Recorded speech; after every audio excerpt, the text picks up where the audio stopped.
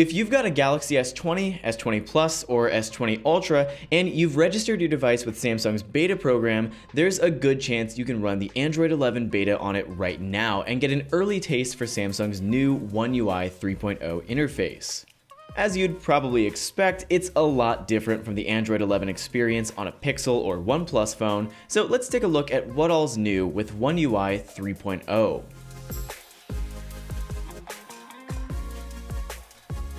No matter what device you're running, Android 11 puts a big emphasis on improving notifications. So right off the bat, there's a new look to the notification shade, which uses a lot more transparency and blurring behind the screen elements. You'll see the same Gaussian blur in the app drawer as well. It makes the whole interface look a bit softer, if that makes sense.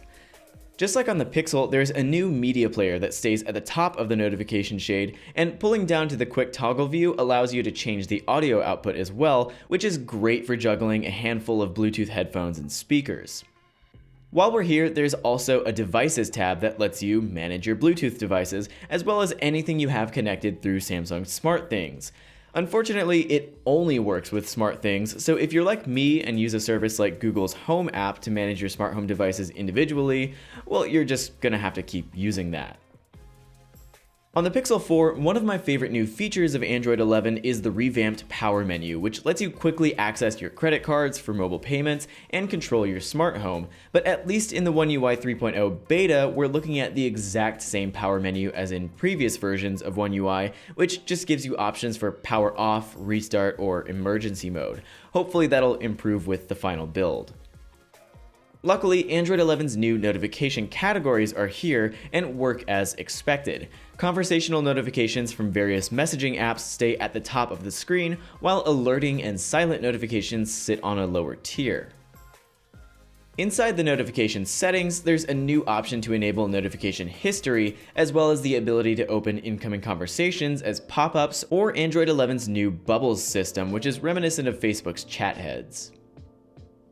Now, something I really like is the new volume menu in One UI 3.0, which opens as a series of vertical sliders that you can drag up and down, or tap the corresponding volume icon to toggle between on and silent. From here, you can also enable Android 11's live captioning, which is fantastic for hearing impaired users, along with anyone in a loud environment who can't listen to their phone's speakers. Something that's missing here that we've seen in other variations of Android 11 is any sort of screenshot menu in the recent apps view. While Samsung has made some minor visual tweaks here, there's really no new functionality coming from One UI 2.5.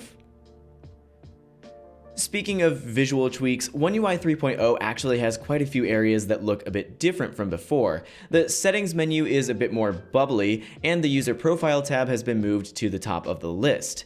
There's also a larger, more unified long press menu for apps on the home screen. Here's One UI 2.5 on a Galaxy Z Flip for reference, and Bixby routines, for those who use it, has been totally redesigned to look less cluttered and colorful.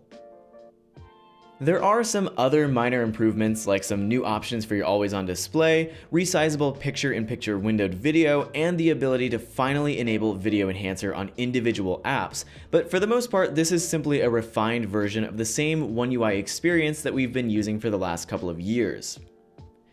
We're not sure exactly when the final rollout of Android 11 with One UI 3.0 will happen, but we do know it'll be coming to a massive list of Samsung devices. Be sure to check out our One UI 3.0 guide at androidcentral.com for the full list. If you enjoyed this video and want to see a follow-up tour of One UI 3.0 once it's been officially released, make sure you subscribe to the channel and give this video a like to show your support.